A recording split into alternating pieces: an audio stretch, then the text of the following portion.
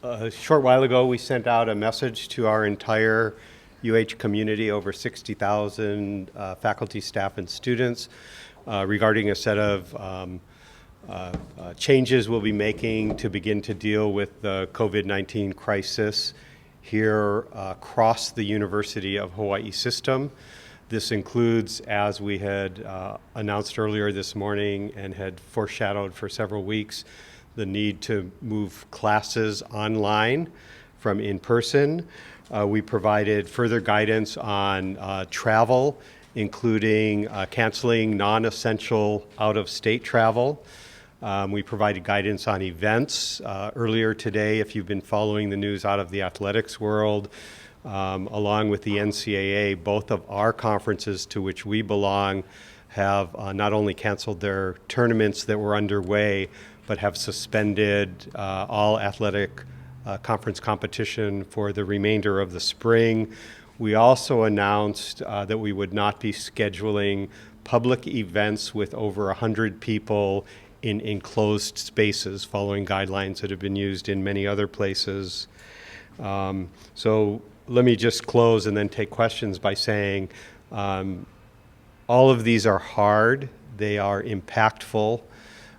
We are really committed to help all of our students complete the semester, particularly those who are on track to graduate in the spring. And we want to maximize the safety of our students as well as our faculty and our staff and everyone who visits our campuses. These are general practices that will improve our social distancing.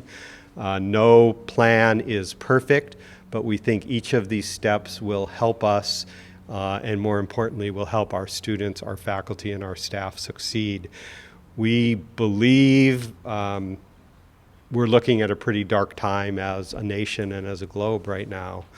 But we do believe we can come through this together stronger by working together and really caring for one another as we think about the impact of our own actions and decisions on others, and at the same time come out the other end of this even stronger with a set of practices and bonded together very well as a university community. So with that. Why the April 13th? Why not just move it online for the rest of the semester since there's not much time after that? That's about half the time that's left in between. Although I think things are going to get worse before they get better, we as a team want to be hopeful that it will have started getting better by then, at least in Hawaii. So we want to leave that option open, that if we are able to return to in-person classes, we want to be able to do so. So we'll be assessing constantly, and then we'll make that call when we can see which way things are headed. So when students, they'd have to come back though, so I mean, what's kind of the deadline that you're going to make there? We're not announcing a specific date, but we're not telling students to leave. Our dorms will be open, our libraries will be open, our labs will be open, the Warrior Rec Center will be open, there will be food available on campus. So we're not sending students home in any way, shape, or form. We're simply limiting in-person classes. When will you make a decision on graduation? We don't have a date for that decision. Again, we're going to be monitoring it, but those are large, complicated events, and if we have to do some kind of virtual graduation, we'll ensure that we have enough notice to be able to pull that off. Will there be a fail get reimbursed? Because a lot of people are making their plans, their travel plans. I think anybody anywhere in this country who's making travel plans to go anywhere right now should be carefully thinking about that, not just for our graduation. Will students get reimbursed in the argument that they are paying for a class and to be in person? They're paying for a UH class, and they will get a UH class. Our faculty are committed and qualified. We offer many classes online already. Lots of our faculty have volunteered to help other faculty. We've been publicizing and promoting the tools that are available that are in wide use across the University of Hawaii already. And you know, we've got another week also to help those that still have concerns that they're not ready.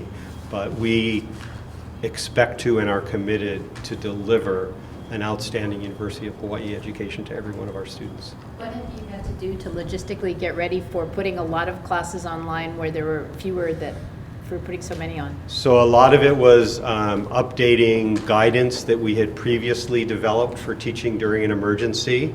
So that has already been updated. We're offering seminars and workshops online, of course, for our faculty to help them understand how to use the tools that are available.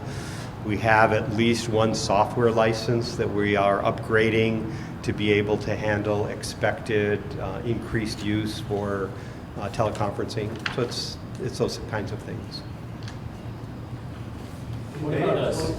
What about students who have a hard time accessing online services, and that maybe even goes to faculty because there's a lot of areas within this state where online service isn't as good as... So again, we're not asking students to leave the dorm, and in fact we welcome on campus. We know a lot of our students have nowhere else to go during a semester. We have computer labs on our campuses, we have computers in our libraries, so we believe we have adequate facilities for our students if they don't have their own computer and online access to be able to connect. Are there new protocols regarding keeping places sanitized? Yeah, all of our staff are redoubling efforts on sanitizing, as well as our food services vendors on our campuses are paying particular attention to that. We've already seen changes in serving styles and things like that to try and maximize. For people that want to teach in person and there needs to be approval for that, what kind of screening or qualifications it has, for those in person classes? We're asking that all classes that can be taught online will be, rather than making it a matter of personal preference. So for classes that absolutely can't be taught online, we will have a campus level approval process. Just clarifying then, people who have to do laboratory sessions can still go to the labs? We, right now, we believe that labs can be taught online, and that is being done all over the country. It is actually also being done on some of our campuses as well. There is special software that can help with simulations. There are also ways, for example, one of our campuses, again, this is in the spirit of our faculty being willing to help each other. A faculty member who teaches chemistry on one of our campuses said, I teach chemistry online, and what I do is I show a video of me doing the experiment, and then I share the data with the students and ask the students to analyze the data. So there's a variety of ways that these kinds of things can be done, and we'll be working with our faculty also to identify other kinds of software that can do online labs. In your email, I noticed that you said most already scheduled travels should be canceled, yet not all of them have been. I'm a UH student, and I will be traveling to Japan in the summer, and it hasn't been canceled yet. Why hasn't they all been canceled? I'm not familiar with your specific case. I think, things might be better by summer. I would be pretty cautious. I wouldn't be planning on it, but it's possible. Japan is currently a level 2 country. If it turns into a level 3 country, it will be canceled. For spring break, what protocol do you have in place for students who may be going to a high-risk area and then coming back? We will be advising anyone who goes to a level 3 location on personal travel that they should expect to self-quarantine for 14 days. With the cancellation of athletic events, has any kind of decision been made in regards to season ticket holders or? Yeah, the athletic department is beginning to communicate on those matters. I've been in touch with athletic director about 97 times today. And we're looking at how to do that. We're hopeful that we'll be able to apply credits to future. I mean, our fans are great, and we think many of them will be willing to support us into next season. With one of the athletic teams right now, I think the volleyball team's in California, the basketball team's getting ready to fly home. Is there any kind of process in place for the teams that are currently on the mainland? We'll get back to you with those specific questions. Yeah. Sir, in May of 2009, Hawaii had 550 cases of the H1N1 virus and just reported its first death. What makes this situation so much worse? Wow. I think you should, well, you want me to say it right, but I would check the CDC webpage. I would watch CNN or anything. The mortality rate is much higher than for H1N1. It can transmit before people who are infected are symptomatic, which is a problem. And it is my belief that we don't yet know the extent of infection in this country due to the scarcity of testing kits over the past month or so. Was any action taken by the University of Hawaii when the CDC had confirmed cases in 2009? H1N1, yeah, the webpage I mentioned about moving teaching online was actually developed for H1N1. We ended up not having to pull the trigger as it was the case throughout most of the country. Even after the first day? Even after the first day, that's correct.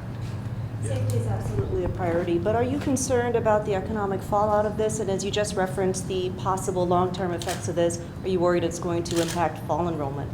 Summer enrollment? Economically, I am personally much more worried about the impact on the global economy, the national economy, and the Hawaii economy than on our sort of micro issue of enrollment. I am concerned about that, but I think there are a whole lot of factors that are going to reshape this economy based on this pandemic. Any more questions? Do you have any possible leads of cases within the university system? I do not. Is the Manoa experience still happening since it is before April 13 and it's not in a confined space? We're in discussion. It will likely be canceled. We believe the risk of that is too high, even though I love that event. Any idea of revenue loss? I mean, the number of... No, not at this time. All right, thank you very much. Okay, Thank you very much, thanks. everybody.